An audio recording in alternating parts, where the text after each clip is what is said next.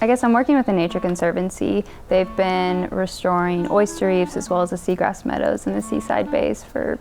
quite some time now, and I'm interested in oyster reef restoration because TNC is picking out new sites to restore new reefs as well as monitor the restorations that they have already been working on.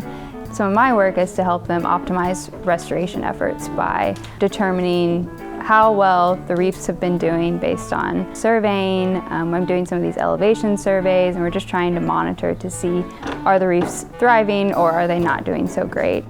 So some of the work I'm doing is trying to figure out, is elevation important, because these are intertidal oysters, and so they exist already in a very narrow elevation range, and so if we know at what elevation the oysters do well, then we can continue to either restore them at that same height or maybe make it a little bit lower, just trying to optimize the work that they're doing because it is extremely labor intensive and it's expensive.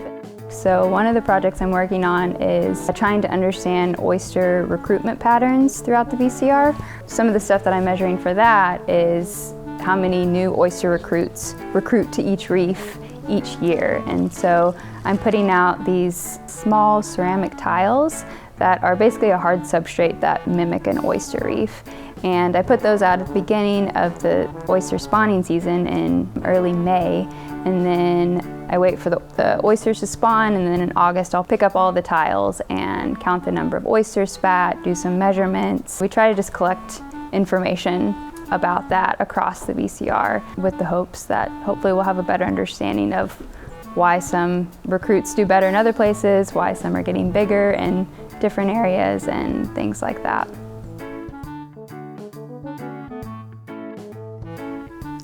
I think one neat thing that Kinsey's been able to do while she's been doing all of this, as important as her work is for helping inform what we do and how we build reefs, that stuff, you can really leverage the success that we have with that if we can spread the word about it. And she has really done a lot of work to try to figure out how we can best communicate what we're doing with the local community, whether it's coming up with lesson plans for teachers to use in the classroom, or some of the interactive photo documenting sites that she's set up along some of the publicly accessible trails along here where people can take pictures of oyster reefs as they're developing, go online and learn more about oysters from there.